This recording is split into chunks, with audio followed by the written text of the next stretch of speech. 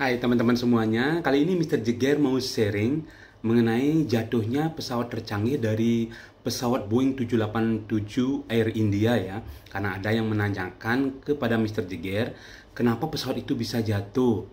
Apakah tidak dicek sebelum berangkat? Jadi seperti itu pertanyaannya ya. Nah, sebelum Mr. Jeger tanggapin, Mr. Jeger mengucapkan rasa duka yang sedalam-dalamnya atas insiden kecelakaan pertama ya, pesawat tercanggih Boeing 787 Air India.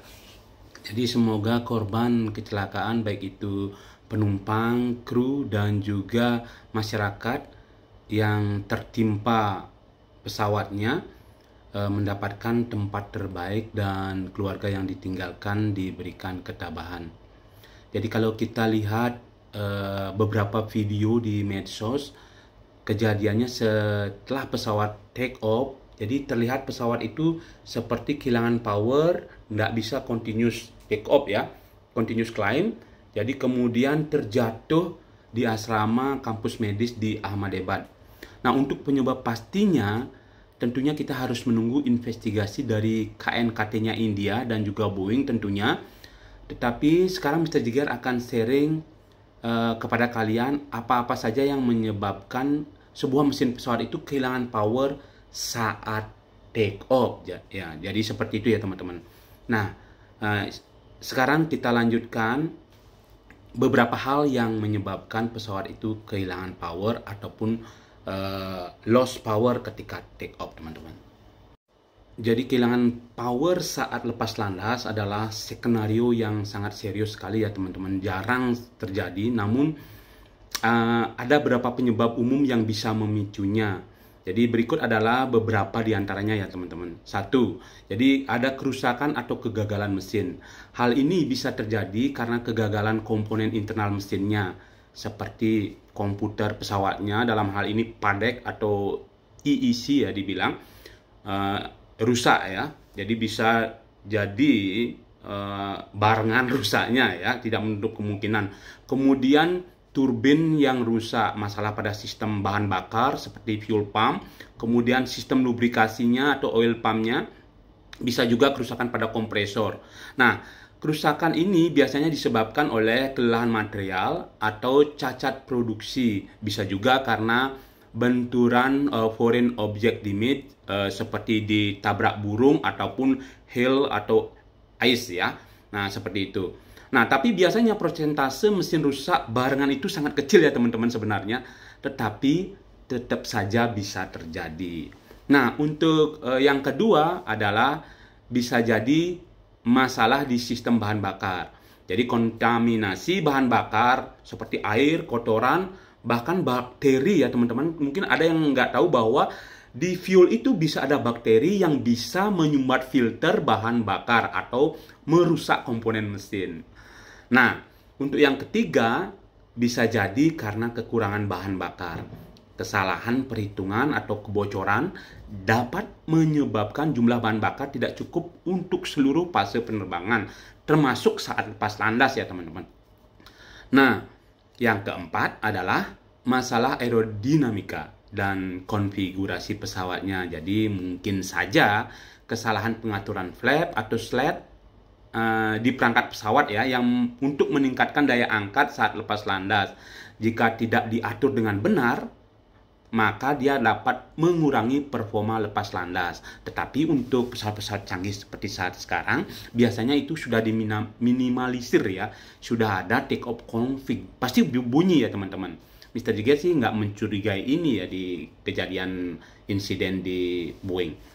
Nah, untuk yang kelima yaitu overweight, jadi kelebihan beban. Jadi jika pesawat tersebut terlalu berat dari batas maksimum yang diizinkan, mesin itu harus bekerja untuk menghasilkan dorongan yang bekerja ekstra ya, untuk menghasilkan dorongan yang cukup kuat saat lepas landas. Jadi kemungkinan saja tidak cukup ya karena overweight. Nah, yang keenam teman-teman itu adalah tailwind. Jadi tailwind ini bisa mengurangi performa pesawat dan bisa membuat performa mesin pesawat ini terasa kurang bertenaga ya. karena adanya tailwind ini.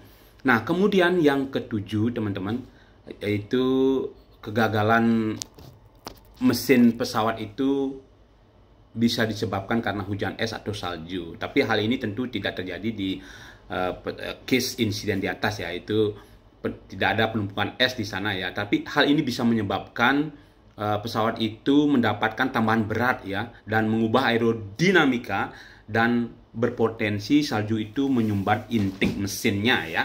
Nah, yang kedelapan, teman-teman, kesalahan prosedur pilot. Meskipun pesawat ini sudah dirancang untuk meminimalkan kesalahan dari pilot, seperti misalnya pengaturan daya yang tidak tepat, atau memperhatikan insiden instrumen, indikasi dari instrumennya.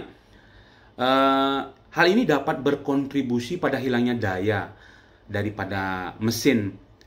Penting untuk diingat bahwa setiap pesawat itu dirancang dengan redundansi yang sangat tinggi, teman-teman.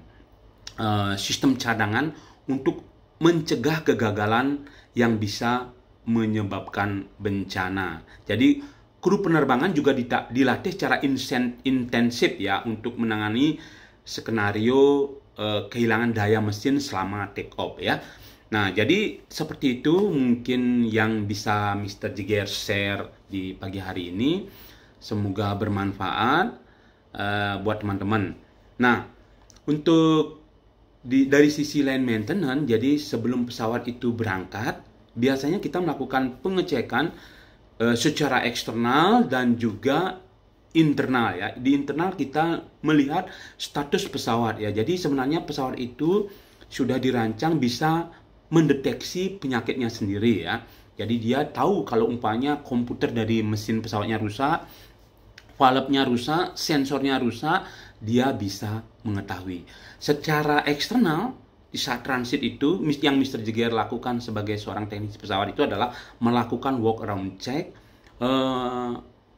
melakukan inspeksi fisikal ya, baik itu apakah ada dent atau apakah ada kerusakan di blade-nya, apakah ada baut yang lepas seperti itu secara fisik ya kita lakukan.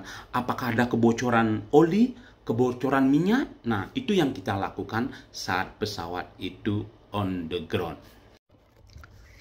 Nah, walaupun kita melakukan pengecekan, tetapi tidak menutup kemungkinan